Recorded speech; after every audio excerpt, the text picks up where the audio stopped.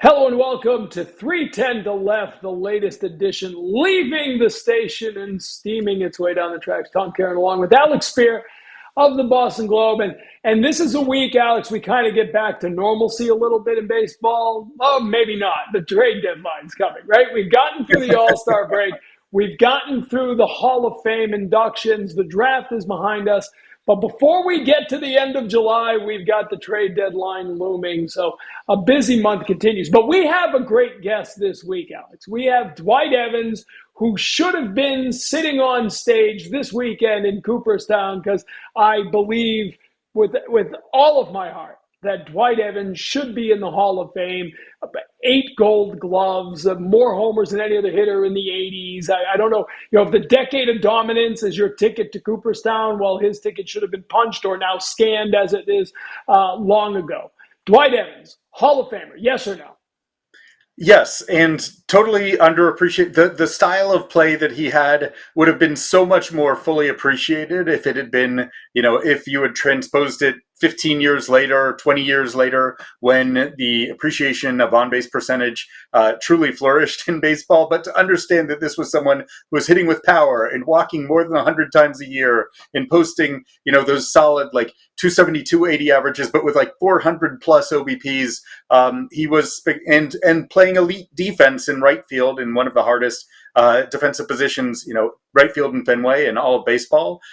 That's an exceptional package of traits, and in someone who just a strangely timed career where his greatness occurred in his 30s, even more so than in his 20s, and so it led to maybe that framed somewhat the way in which his Hall of Fame candidacy was viewed, as did the time in which he played. But a spectacular player who has been deeply committed to the Red Sox for more than half a century.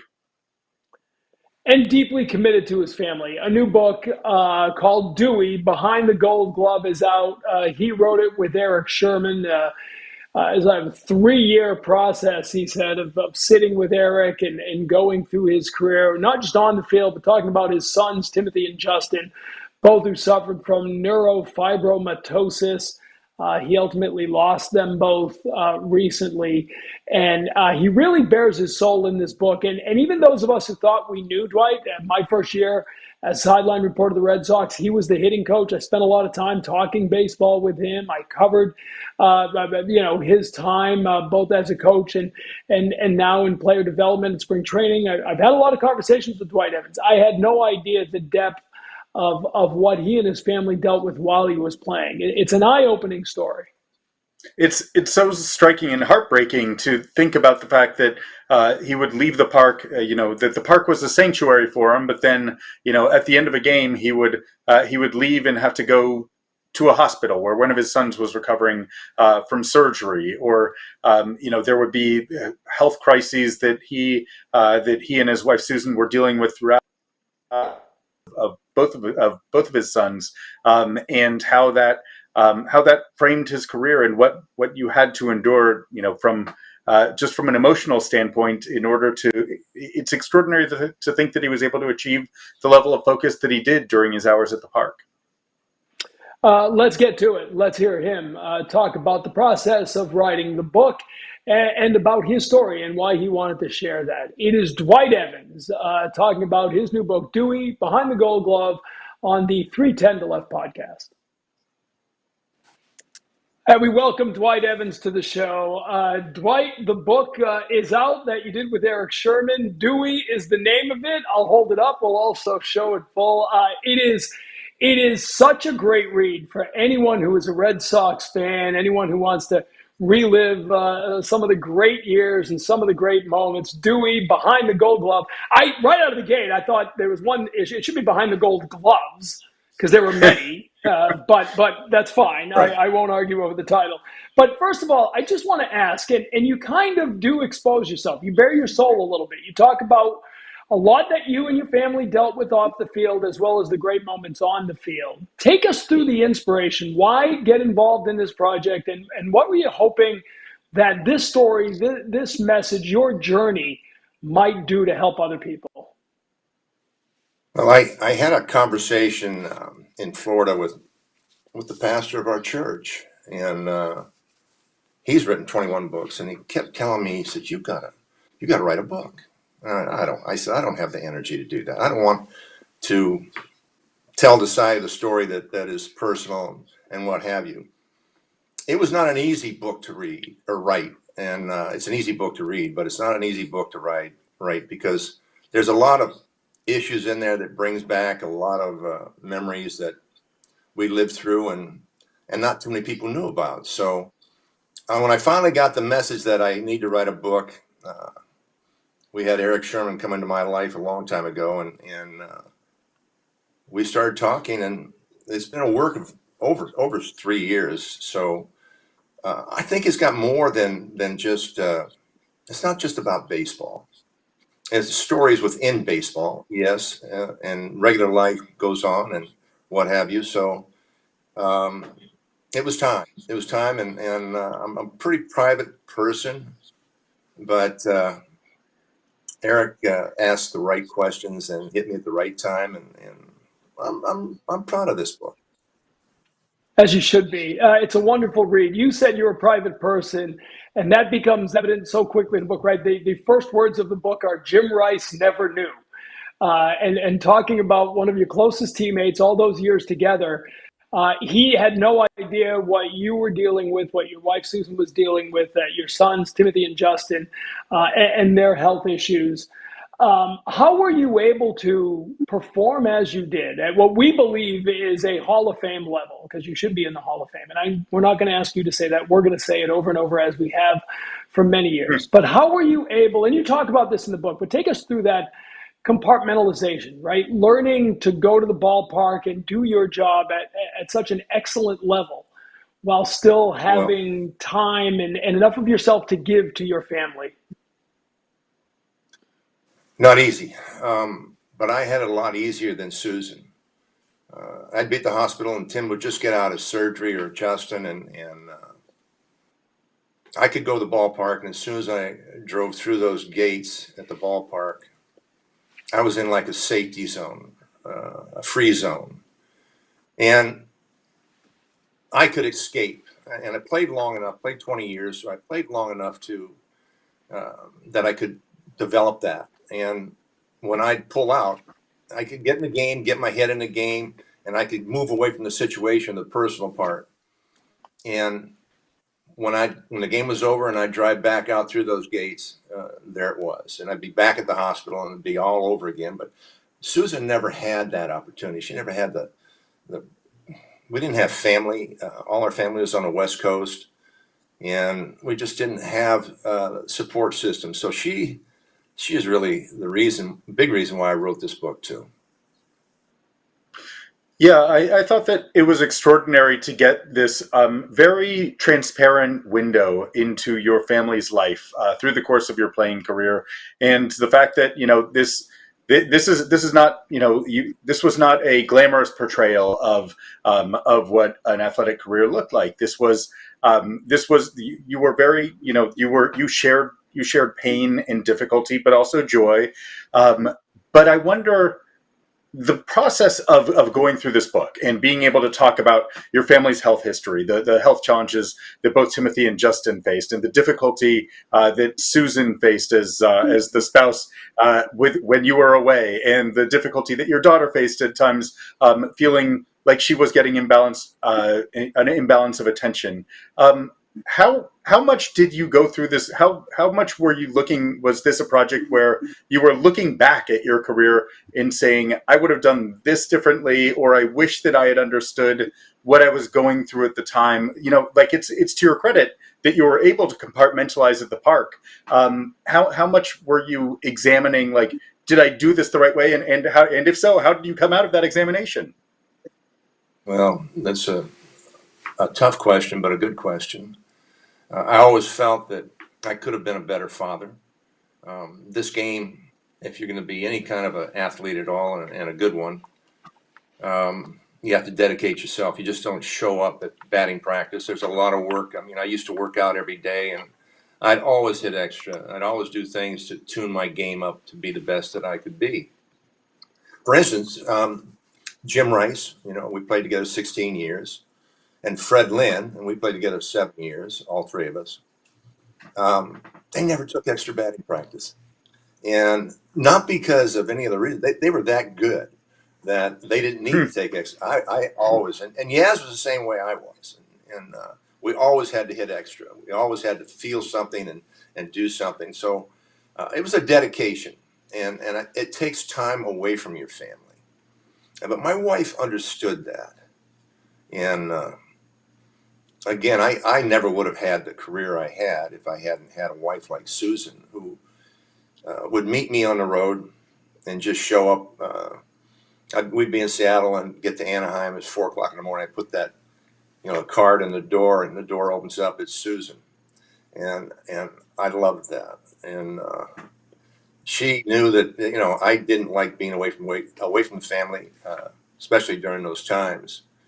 But she made it tolerable for me. The last 8 years, she would do that, and we also had a little money, because early in the career, I mean, we didn't have any money, so we could afford to do that, and made my career, the length of it, go on. So, and she was responsible for that.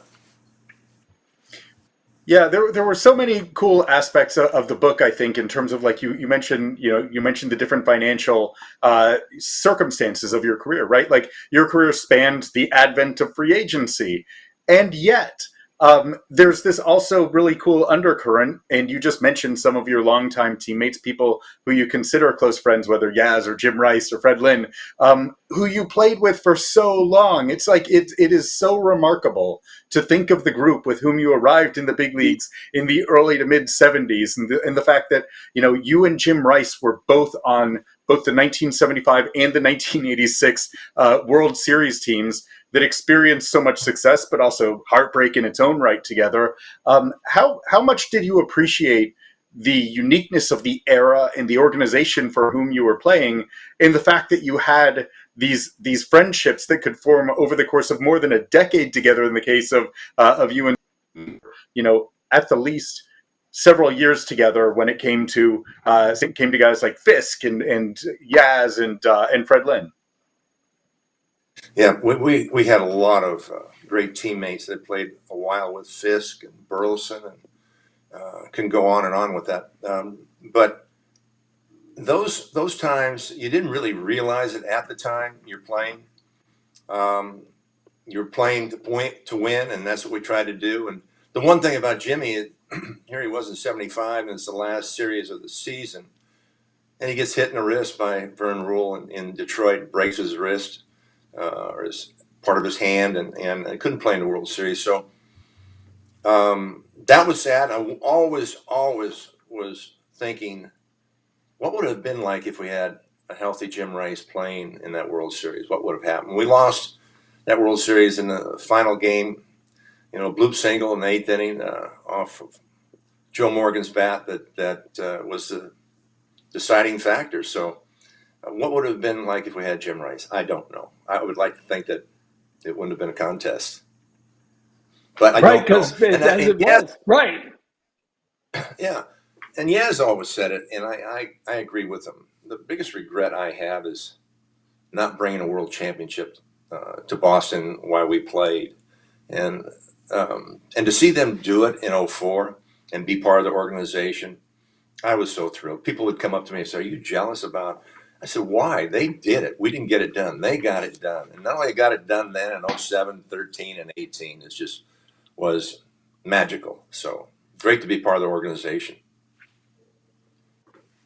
You talk about the 1975 World Series, and Peter Gammons has written about the moment where Pete Rose looks up at you and says, this might be the greatest game I've ever played in. And you say in the book that it's in real time. As it's that, you're thinking, my gosh, Pete Rose just said that to me. Like, wait, did you understand did you understand the greatness of that moment, of that game, like in real time, or are you just so grinding? I mean, you make the catch that any one of us lucky enough to watch the Red Sox in the mid to late 70s tried to replicate in our backyard with wiffle balls, and we all rolled our ankles and fell trying to do what you did in a World Series game. Like, when did it dawn on you that you were playing in what might have been at that point, the greatest game in World Series history?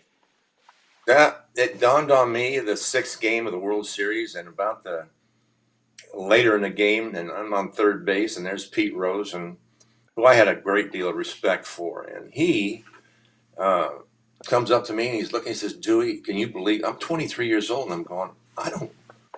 He says, "This is probably the greatest game I've ever played in, and can you imagine what we're doing right now?" And I kind of look around the stadium, going, "Wow, he's right. He's right. This is a really magical moment, and I'm a part of it." So, and it comes out to be still rated the best World Series and best game in the World Series time. So, didn't realize that at the time, no, but there was a select few, 25 guys that were able to go through that, and it was a pleasure, real pleasure to be in it. It was, even though we lost. It's hard to lose. I always look at it as a bridegroom, and I hated being a bridegroom in baseball. We were also in '86 the same way. It hurts. It hurts, especially the way we lost them. There's been no doubt about that. Between 75 and 86, '04 washed away a lot of misery for Red Sox fans. There's no doubt about that. But Yeah. those were great moments and great games and great series. And I do want to ask you, you mentioned Jim Rice and Fred Lynn. And that outfield was such a joy to watch. What was it like to be part of it? I mean, did you just understand each other? I mean, you had right field locked down. Jim and Fred had that sort of choreography to play things off the wall. But just talk, there's an artistry to the way the three of you played the outfield. What was it like to be part of? It was magical. And I know I used that word earlier, but with Freddie and I, because he was on my right side, the way we communicated, the way we, on every pitch, before every pitch, we were always talking to situations, or, if the sun was a day game, if the sun was I'm running into the sun, he's running away from it, so it'd be easier for him. We talk, if the ball's hitting the middle, take it, call me off. And he always had, like a shortstop, he was the head of the outfield. I mean, a center fielder always is. And he is the greatest center fielder I ever played with. And I played with some great ones. But Freddie and I, what was really great is we both won Gold Gloves together. And that's really unusual, a center fielder and a right fielder. And, and it was, and Jimmy was really a good outfielder. He really was. And he had a great arm, and people don't realize that. And I think our defensive ability overshadowed his. And I take nothing away from him. And he's a great player. And it was a great time. I mean, just as long as we played together. I don't know why, especially after '75, I don't know why we weren't in another World Series with the team that we had. I thought after we lost that World Series against Cincinnati in '75 that we'd be in at least 2 or 3 World Series before 1980, and it never happened. We were in that crazy playoff game with the Yankees in '78, but that's as close as we came with that great team. Yeah, it is. It is kind of amazing to have those moments in time when you have a young group coalescing like that, right? And it feels like, oh, of course, this is going to be, what's perennially possible. And so the idea that, that you and Jim, at least, remained together in '86, I thought was a really striking thing for to be able to take stock of. I guess, along those lines, what is it like to go through that, how much did that mean that you did have a teammate with you in '86 who had been there with you in '75 at the beginning, that you had this shared, this shared kind of trajectory through baseball life? Well, it was great. I mean, we knew what it took to win, and we knew what it took to play together, and we had been through it, and trying to nurture the younger guys and bring them on board, because always when you have younger players, it takes them a year or two to really grasp. They're trying to just stay in the major leagues, but once they get the idea that we're there to win, it all comes together. You have the right manager at the right time, and you coaches and the right blend of players, and we're all on the same page for the one reason and one goal, and that's to win. And again, I still look back in my career, and that's the only disappointment I had. Really, was not bringing a world championship to Boston. But playing with Jimmy, playing with Yaz, and I played 13 years together, and it's just you don't really realize it till you're done. And actually, a lot of it came back when I was doing this book with Eric. A lot of those memories, and he brought them up and brought them back, and some good times and bad times, and tough questions and personal questions and what have you. So it's a work. I'm telling you what, people say I'm gonna write a book. It's not easy. There's a lot of work. I am curious. I did have this thought while reading it. Like my natural thought, as someone who was born in '75, learned so much about the group that you came up with, but did not experience it firsthand. I wondered what it was like for you, particularly given that you have continued in a role with the Red Sox, assisting in player development, to see, for instance, the Mookie Betts, Jackie Bradley, Andrew Benintendi outfield kind of coming together, and and the arc that they traveled that ended up with ultimately with satisfaction. Like, was that? Would you and Jim and Fred reach out to each other watching that group playing together, and and just kind of like feel that sense of connectedness to watching another group kind of on that same arc that might have felt familiar? No, Jimmy's role is different, with Nesson and what have you. And he comes into spring training. He's very respectful of the coaches and instructors. And one thing I learned when I was a coach is I didn't appreciate a guy stepping on your toes behind your back, and working with somebody. It was only me, the hitting coach. And now they've got 3 hitting coaches, which I think is great. But Jimmy was very respectful of that. And Freddie lives on the West Coast, so we'd get together maybe at the Legend Suite or something like that, or some gathering. So that didn't come into play. But for me as an instructor, and seeing Benintendi and we're talking about Mookie Betts and Jackie Bradley. Jackie Bradley was so talented. And then one year that he hit, I think he hit 27 home runs, and we thought, wow, he's turned the corner. And then the next year he hit like 270, and we thought, wow, we've got something here. Great center fielder. This guy made a lot of money just playing defense, and a great talent that he was. Mookie, gosh, I mean, not only a great player, but and with me being an instructor and being with them through the minor leagues and in the major leagues a little bit, I don't think I've ever seen a better athlete. He was so special, and I look at all 3 of them, and they were really talented players, and none of them are with us. So, I look at JD, Jared Duran, who I'm so proud of this year, makes the All-Star team and has just done a 180 in defensively, and a lot of hard work from the coaches that we have now working with him. And he's so talented. I loved going to the games. I love going to when he comes up.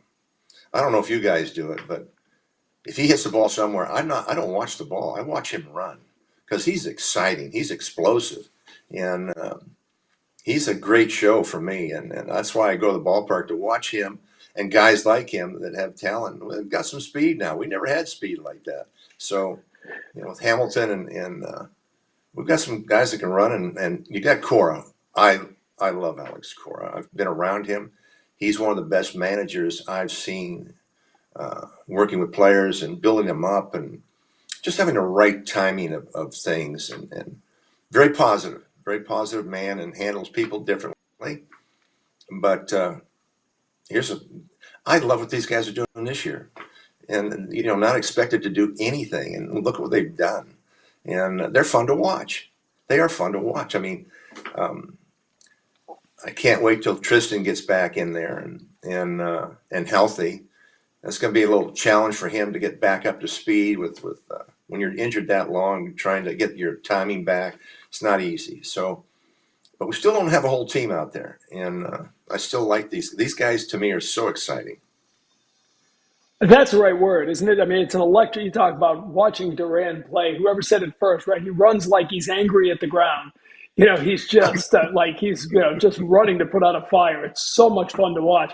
But my first year, so I'd been on the Bruins beat on Nesson, and they moved me over to the Red Sox in '02 as a sideline reporter, and you were the hitting coach with the team. And so, that's when I first got to know you a little bit, and carrying on from there, like I always felt you loved giving back, taking the knowledge you were able to absorb early on from greats, right? Ted Williams was still a presence when you were a young player. You talk about that in the book. Carl Yastrzemski became very close as a confidant with you over the years.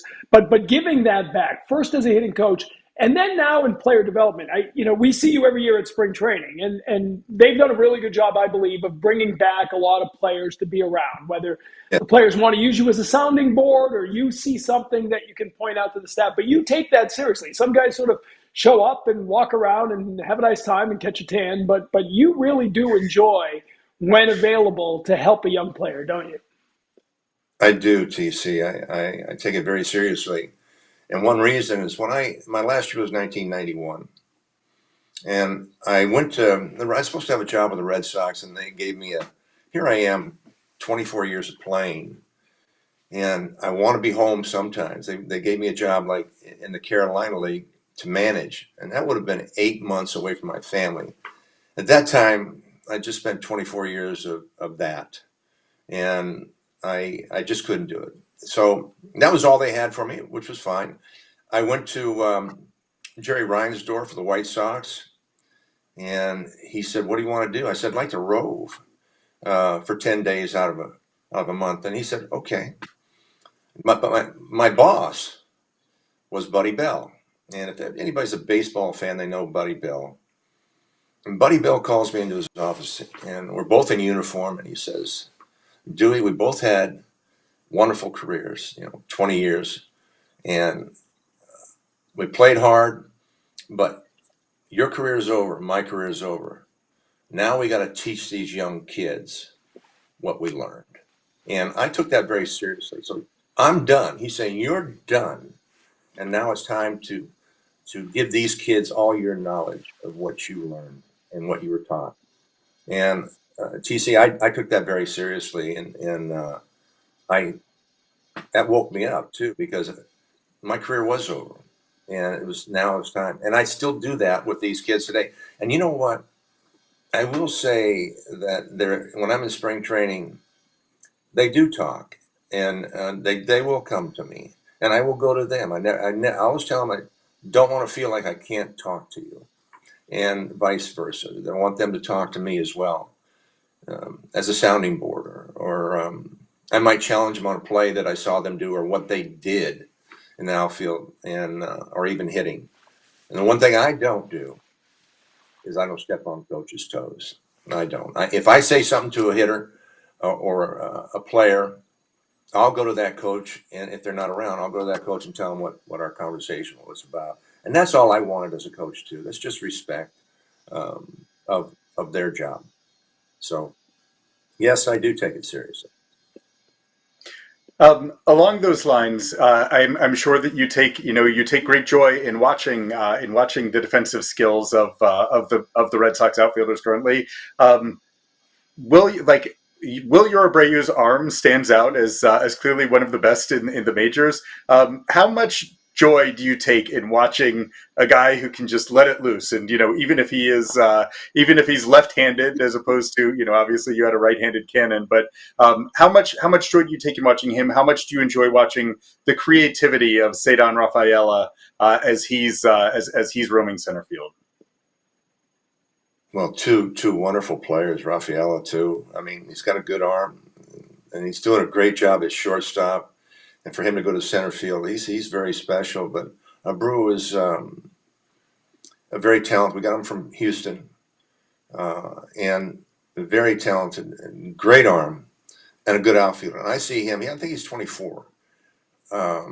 If I'm not mistaken, he might be 25, but still learning, and he's coming along quickly. And I see this guy becoming a really solid ball player. You know, he's a strong kid too. He runs well, and Rafaela, Chad Epperson, who is the manager in Portland, told me in spring training. He said, "This kid." I said, "Do you think he'll stay in the big league? He doesn't have much time in AAA." He said, "Dewey, this guy is going to win 8, 10 Gold Gloves. He is special." And I'm seeing how special he is. He's still learning. I think his offense is coming around. He's hit some big home runs for us. And Abreu and him, I think, are going to be special. I don't know where they're going to keep Rafaela. I don't know if he's going to be their shortstop or going to be their center fielder. Whatever he is, he's special. I don't think there's any doubt about that. I want to ask you before we let you go. Yaz, you and Eric got Carl Yastrzemski to write the forward, right? And we all know that Yaz is a very, very private person. And he called you one of the mentally toughest people I've ever met. And I don't think I even understood the depth of the relationship you and Yaz had over your careers as players and now after the game. Talk a little about that relationship and the Yaz that very few other people get to know. One thing about Carl that people don't know, he is a private person, there's no question. He's shy. He's a shy guy. He just doesn't like being in the limelight and very humble. And people don't know that about him. And he's a caring. We spent a lot of time fishing, a lot of time talking. He kind of took me under his wing when I first came up, and the relationship grew. In '75, it really came together. He was like an older brother to me. And he even said that I was like a younger brother to him. And we had a lot in common. And we would, after a game, we wouldn't eat in the clubhouse. He and I would always go find a nice restaurant that was open late, that we would get a nice meal. We'd talk about the game and what we could do to be better. And I can remember both of us going up to Walt Rainiac's room at, like 1, 2 in the morning, and Walt's got his pajamas on and he's, "What are you guys doing here?" "Well, we're talking about this. We're talking about, we want to be better at this. We want to be better at that." And Carl was doing the same thing and I was doing the same thing. And it was the passion that we had, and we both had the same kind of passion for the game. And, I wish I'd played with him a little longer. I came up a little earlier. I came up at the end of '72, and he was always, he was one, even though he was a team captain, he just carried himself with that respect. He never said too much. But when he said something, it was like E.F. Hutton. Yeah, I don't know if E.F. Hutton's still around. People listen. And he always had something to say, but he wouldn't say much. He wouldn't jump on people. He would set an example by his example. He would set that, just by the way he played the game. And he really taught Jimmy and I how to play injured. And everyone goes, "Wow, he's playing hurt." Well, that's all good and fine, and that guy's tough, but are you producing hurt? Well, he taught us how to do that. And he's a tough guy. He's hurt. He's not doing well, but he's hurt. Well, you're doing nobody any good unless you're producing. So you had to back off of everything when you had an injury. You had to be softer. And then what would happen as you got softer? Well, that's when your hitting talent really came through, and you're injured, and you're getting on base more, you're scoring more runs, you're doing more damage, and your body's just not capable of handling it. So it's a two-edged sword on that one, but he taught us how to do that, and I think Jimmy would if you asked Jimmy, he'd say the same thing. One part of the book that was quite interesting, I thought, was thinking about Yaz's retirement, which obviously meant a great deal to you, to see the end of his career. But then, there's this kind of portrayal of the chaos that the Red Sox organization was going through, an upheaval for both the players and organizationally after that, where, you're kind of thrust into a leadership role. But I think that it was in the '83 offseason after '83, that you actually requested a trade. what was it like trying to find your footing and your place in the organization after Yaz retired? Well, that's a question that Eric brought up, and I didn't really appreciate it, but no, I did. I did. We had to talk about that stuff, and that was the time in my career where, you know, Haywood Sullivan, Buddy LaRue, and Mrs. Yockey took the club over. They're going to run it just like Mr. Yockey did. Well, they did. They did for about 3 months, and then they started. I can remember we had a night game in Seattle, and we had like a 6:45 flight in the morning on commercial airlines. You can't do that with a major league club. I mean, if you want to play, I mean, we had like 3 hours of sleep, and they were playing in Anaheim that night. So things were a little bit more why I did what I did, because they weren't showing that they wanted to win, and they weren't showing they're treating us the same way Mr. Yockey did, or even close to it. So I was frustrated, and I don't know why I did what I did, but I do remember I did it, and anything I didn't remember, Eric reminded me of, and would back it up with evidence. And how many That's times the I was problem. wrong? Just right. Yeah. Yeah. Yeah. The facts get in the You way know who it sometimes. was? You know what? It was Dick Brashani. When Dick was alive, Dick would say they want to do something on 75 and they want to do something on 86. I said, well, Dick, that's 40 years ago or back then. And I said, I can't. I said, the only way I'm going to do that if you come with me. And lo and behold, there's Dick Brashani. I'm my mug's on the camera, and they'd ask a question, and I'd turn to Dick. I go, Dick, what do you remember that? Well, he goes, well, if you remember, we had a rain delay that day, and it was cloudy, and the weather was this, and the rain was off and on. How do you remember all this stuff? But he had total recall of the moment, and not only just me, but everybody. And he was a very special guy, and it was a privilege. I think, for you guys too, if you ever got to know him. Dick was a very special man, and We sorely did. missed. Yeah, he is, Yeah. no doubt about that. I want to ask you finally here, Dwight, just sort of circle Yes. back to the whole thing. The book is out now. You know, it's out there, right? You said it's a 3-year process, and you go through everything.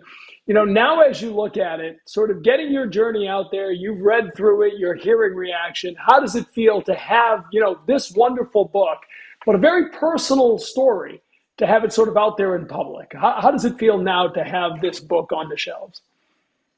Scary.